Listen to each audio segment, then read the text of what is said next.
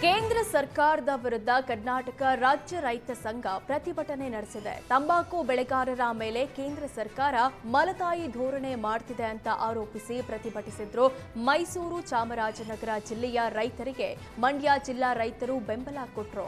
ಆಂಧ್ರ ಪ್ರದೇಶದಲ್ಲಿ ತಂಬಾಕಿಗೆ 455 ರೂಪಾಯಿ ನಿಗದಿ ಮಾಡಿದೆ. ಕರ್ನಾಟಕದಲ್ಲಿ ಕೇವಲ 220 ರೂಪಾಯಿ ಕೊಡ್ತಿದ್ದಾರೆ.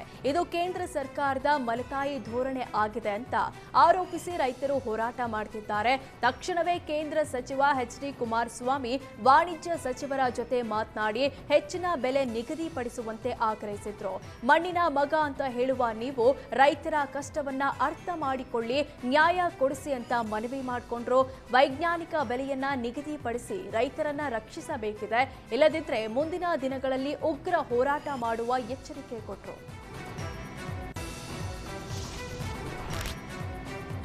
ಬೆಂಕಿ ಹೊಗೆಯಿಂದ ಉಸಿರುಗಟ್ಟಿ ಮಹಿಳಾ ಟೆಕ್ಕಿ ಮೃತಪಟ್ಟ ಘಟನೆ ಬೆಂಗಳೂರಿನ ರಾಮಮೂರ್ತಿ ನಗರದ ಸುಬ್ರಹ್ಮಣ್ಯ ಲೇಔಟ್ನಲ್ಲಿ ನಡೆದಿದೆ.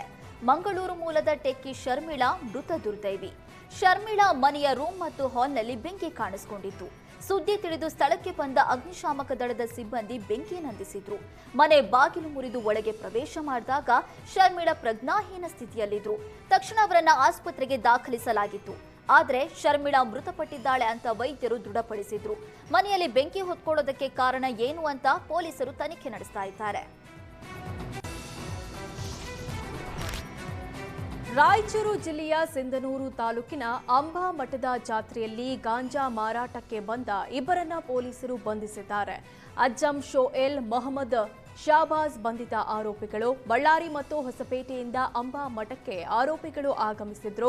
ಅಂಬಾ ಮಠದ ಹಳೆ ಯಾತ್ರಿಕ ನಿವಾಸದ ಬಳಿ ನಿಂತು ಗಾಂಜಾ ಮಾರಾಟ ಮಾಡುತ್ತಿದ್ರು. ಖಚಿತ ಮಾಹಿತಿ ಮೇರೆಗೆ ದಾಳಿ ಮಾಡಿದ ಪೊಲೀಸರು ಇಬ್ಬರನ್ನು ಬಂಧಿಸಿದ್ದಾರೆ. ಪೊಲೀಸರ ದಾಳಿ ವೇಳೆ ಸುಮಾರು 1,10,000 ಮೌಲ್ಯದ 1 ಕೆಜಿ 100 ಗ್ರಾಂ ಗಾಂಜಾ ವಶಕ್ಕೆ ಪಡೆಯಲಾಗಿದೆ. ಸಿಂಧನೂರು ಗ್ರಾಮೀಣ ಠಾಣೆಯಲ್ಲಿ ಪ್ರಕರಣ ದಾಖಲಾಗಿದೆ. ಚಿತ್ರದುರ್ಗ ತಾಲೂಕಿನ ವಿಜಾಪುರ ಗ್ರಾಮದಲ್ಲಿ ಅಡಿಕೆ ಕಳ್ಳತನ ಮಾಡಿದ್ದ ಕಳ್ಳರನ್ನ ಭರಮಸಾಗರ ಪೊಲೀಸರು ಬಂಧಿಸಿದ್ದಾರೆ. ಉಮೇಶ್, ಅಂಜಿನಪ್ಪ, ಕರಿಬಸವ ಮತ್ತು ಮೌನೇಶ ಬಂಧಿತರು. ಡಿಸೆಂಬರ್ 22ನೇ ತಾರೀಕು ಮರಳು ಸಿದ್ದಪ್ಪನವರ ಅಡಿಕೆ ತೋಟಕ್ಕೆ ನುಗ್ಗಿದ್ದಂತ ಗ್ಯಾಂಗ್ ಸುಮಾರು 30 ಕ್ವಿಂಟಾಲ್ ಅಡಿಕೆಯನ್ನ ಕದ್ದು ಎಸ್ಕೇಪ್ ಆಗಿದ್ರು. ಭರಮಸಾಗರ ಸಿಪಿ ಪ್ರಸಾದ್ ನೇತೃತ್ವದಲ್ಲಿ ಕಾರ್ಯಾಚರಣೆ ನಡೆಸಿ ಅಡಿಕೆ ಕಳ್ಳರನ್ನ ಬಂಧಿಸಲಾಗಿದೆ.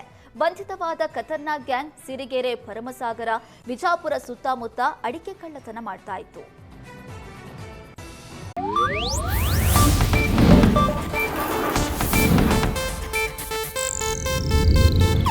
ಇದು ಏಷ್ಯಾನೆಟ್ ನ್ಯೂಸ್ ನೆಟ್ವರ್ಕ್ ಪ್ರಸ್ತುತಿ.